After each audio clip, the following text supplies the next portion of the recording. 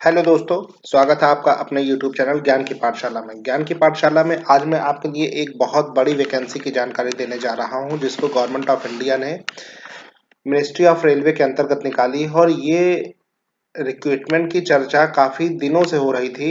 ये रिक्रूटमेंट कब आएगी? फाइनली सरकार ने, गवर्नमेंट ऑफ इंडिया ने ये वैकेंसी जो है आप लोगों के लिए निकाल दी है। और ये वैकेंसी इतनी बड़ी वैकेंसी है कि अब तक की ये इंडिया की सबसे बड़ी वैकेंसी मानी जा रही है रेलवे के क्षेत्र में। ठीक है, तो आइए हम इस वीडियो में आपको पूरी जानकारी देंगे कि वैकेंसी कैसी है। ठीक है, कैसे इसमें अप्लाई करना है, क्या इसकी लास्ट डेट है, क्या इसकी एग्जामिनेशन फीस है, कंप्लीट प्रोसेस आपको हम इस वीडियो में आपको बताएंगे। आप हमेशा की तरीके हमारे वीडियो को लाइक करिए, शेयर करिए और सब्सक्राइब जरूर करिए। तो आइए हम शुरू करते हैं। ये वैकेंसी को जो निकाला गया है, इसका नाम इन्होंने जो लिखा है वो है recruitment of various post in level 1 7th पे कमीशन। ठीक है, और ये वैकेंसी जो है वो ग्रुप डी की है। ठीक है, चतुर्थ श्रेणी की ये वैकेंसी है, जिसकी फॉर्म भरने की जो डेट है वो 23 जनवरी 2024-25 से स्टार्ट हो गई है।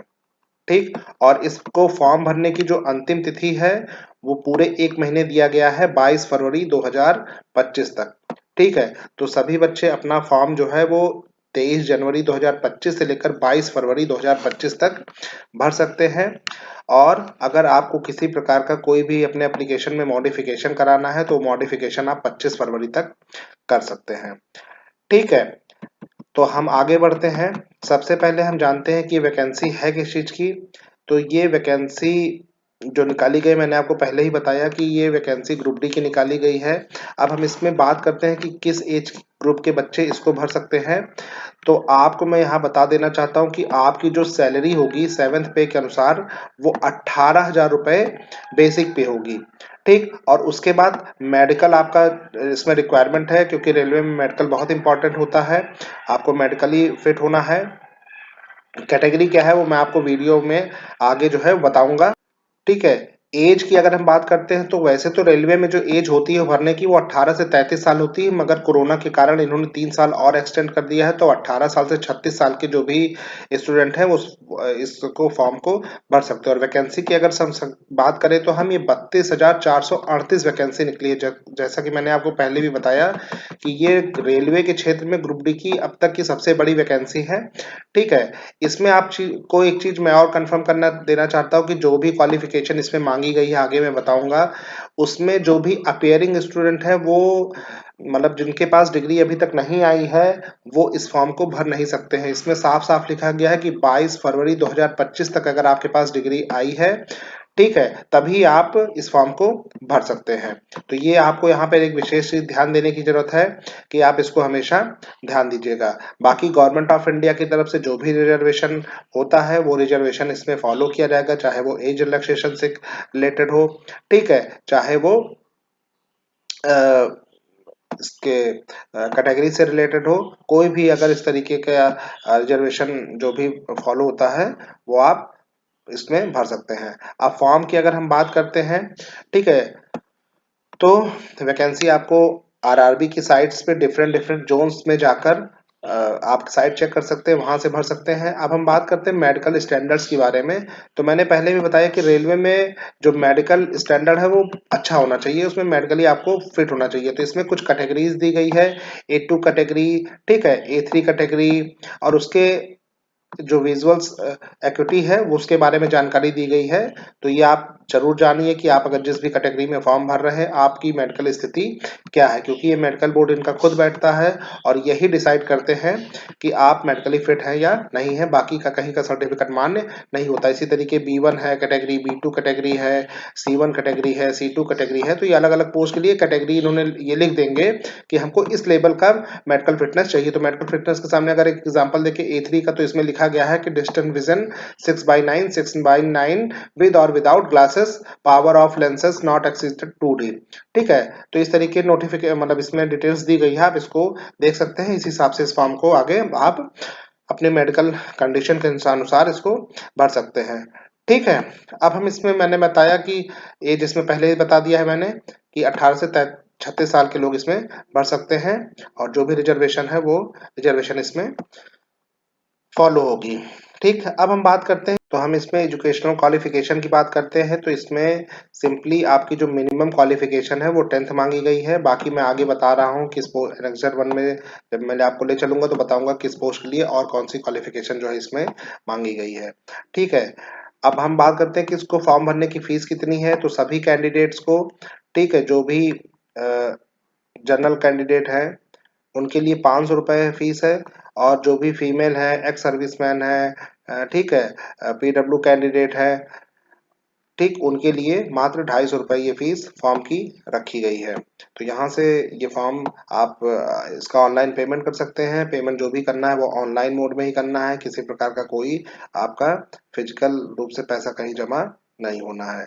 ठीक है, अगर अब हम बात करते हैं कि इसका जो सिलेक्शन प्रोसीजर है वो कैसा है, तो इसमें सिलेक्शन प्रोसीजर जो बताया गया है वो आपका 4 चरणों में होगा। सबसे पहले आपका सीबीटी टेस्ट होगा, कंप्यूटर बेस्ड टेस्ट होगा। इसके बाद आपका जो फिजिकल इफिशियंसी टेस्ट है वो होगा, फिर आपका डीबी होगा और लास्ट में आपका मेडिकल होगा। ठीक है, अगर हम सीबीटी की बात करें तो सीबीटी जो होगा 90 मिनट का होगा, और इसमें 100 क्वेश्चंस आएंगे, जिसमें से 25 क्वेश्चन जनरल साइंस के आएंगे, मैथमेटिक्स के 25 क्वेश्चन आएंगे, जनरल इंटेलिजेंस या रीजनिंग के 30 क्वेश्चन आएंगे और जनरल अवेयरनेस के 20 क्वेश्चन आएंगे। तो टोटल 100 क्वेश्चन आपको करने रहेंगे 90 मिनट में, और इसमें 1/3 नेगेटिव मार्किंग भी दी गई है। जैसे ही आप सीबीटी 1 क्लियर करेंगे आपको फिजिकल एफिशिएंसी टेस्ट के लिए बुलाया जाएगा। ठीक है, जिसमें आपको अगर मेल कैंडिडेट है तो आपको 35 किलोग्राम का भार उठा के 100 मीटर 2 मिनट में चलना है। ठीक है, और आपको 1000 किलोमीटर जो है रन करना है 4 मिनट 15 सेकंड में, एक ही अटेम्प्ट आपको मिलेगा। और अगर आप फीमेल कैंडिडेट है तो आपको 20 किलोग्राम का भार उठा के आपको 100 मीटर चलना है 2 मिनट में। और आपके लिए जो रेस है वो 1 किलोमीटर की रेस जो है 5 मिनट और 40 सेकंड के लिए है। इसके बाद जो भी बच्चे क्लियर करेंगे उनको डॉक्यूमेंट वेरिफिकेशन के लिए बुलाया जाएगा। डॉक्यूमेंट वेरिफिकेशन के लिए आपको अपना ओरिजिनल सर्टिफिकेट सब ले जाना है, वहां पे आपका सब डॉक्यूमेंट्स चेक किया जाएगा, और इसके बाद आपका लास्ट में मेडिकल होगा, और मेडिकली फिट होने के बाद आपको ज्वाइनिंग लेटर जो है वो मिल जाएगा। ठीक, अप्लाई आपको कैसे करना है, आपको सिर्फ ऑनलाइन अप्लाई करना है। जिस भी जोन में आप अप्लाई करना चाहते हैं आप उस जोन में वैकेंसी के अनुसार इसमें अप्लाई कर सकते हैं।